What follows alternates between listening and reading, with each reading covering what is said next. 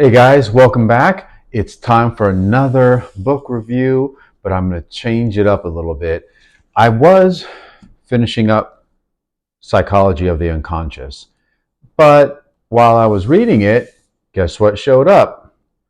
And guess what I've been focused on? I'm having trouble putting it down, and I really want to get through it. So I'm going to talk a little bit about this book in relation to this book and why I found some connections. So you guys who have been watching the YouTube channel I've got here know that I'm doing a series on great books by, not by, but according to Jordan Peterson. And that's why I was reading Psychology of the Unconscious. Now, I'm still in the first chapter, We Who Wrestle with God. But one of the things I often think about is who can I talk to or share something like this with? And the problem is that it's so incredibly abstract. And when I mean abstract, I mean purely ideas and not concrete. And not everybody appreciates those types of things. And it's really just not interesting. Well, it is interesting, but it's an interest thing.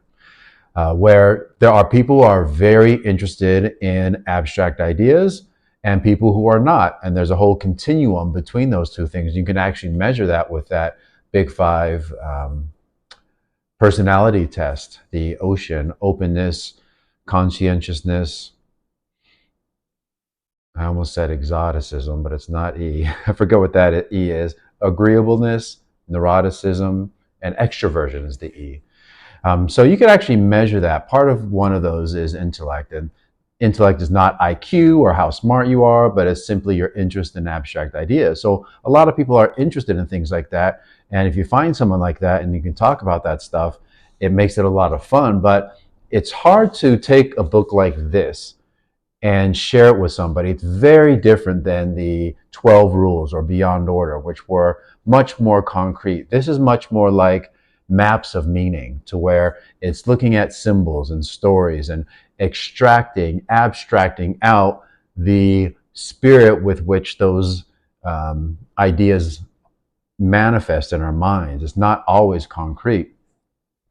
And the thing with understanding ideas like that, especially if you're looking at ideas in the Bible, is before you can understand something, anything, you have to first want to understand it. And in order to want to understand it, that's assuming you see a value in understanding something like that. So before you can even understand the biblical stories, you have to see that there is value in understanding those stories. And in a modern secular society, so many people don't think there's any value in it. They picture history as, we had religion, it was oppressive, now we have science, and there's a break in the middle where we throw this one away, and now science is the direction: science, reason, logic, and all of that. But that's way too simplistic and just not true. A lot of these scientific processes and the ideas came out of religious studies and religious motivations. Now, sometimes it's really tough to get these abstract concepts and show people that there's value in understanding them. But in reading Psychology of the Unconscious, this really helps set me up for understanding why these things are important to know, and really what it means to have wisdom as opposed to just knowledge.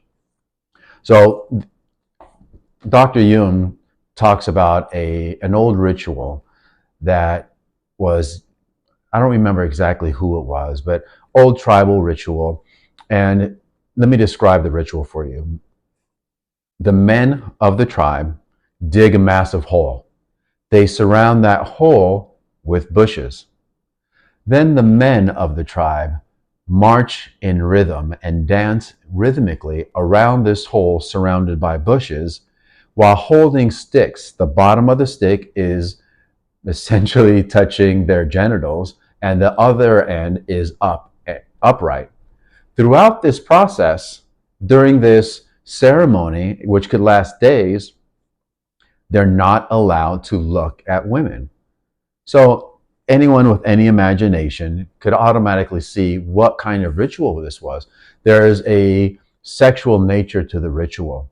And the purpose of this ritual was to help focus their energy on away from only procreation, away from only sex, which is an incredibly powerful drive in everybody and all of us today and in the past. So why is it that a bunch of tribal people would want to focus their energy on this ritual instead of the act of sex itself? Well, Dr. Jung explains part of it is to take the energy, our will, he calls it libido, which isn't only sexual libido, it's just the energy, our motivation, the thing that drives us, and start breaking it apart to where hunger and procreation tend to dominate that drive and that will, as he says, the libido. Now, if you do a ritual like that, it serves as a symbolic substitution for that libido and helps you separate those different types of energies, try to control some of those types of energies. That way you can use them for other things. So once you have control over some of that, then you can focus on things like farming, building. This is how we start to get civilization. And even more interesting, he goes through the manner in which that helps to possibly create fire, in that part of that rhythmic pounding and using of sticks actually creates friction, and very often in these ceremonies, that's where fire comes from.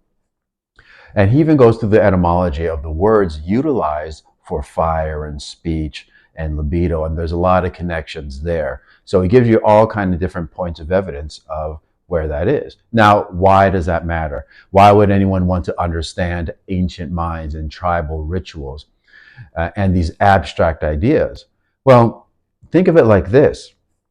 If I now understand that ancient tribes utilized these rituals as substitutions and ways to control sexual drives and procreation in order to focus their energies on things other than just that, then when I see today in our culture that we have 25% of all online traffic is dedicated to porn, OnlyFans is making more than players in the or I think the whole NFL. And we go from Pride Parade to Pride Day to Pride Week to Pride Month to Pride Season. Regardless of what you think of the morality or immorality of any of this stuff, I start to see that we have a shift of focus to where we're moving away from those ancient reasons for controlling our libido and focusing it on certain things.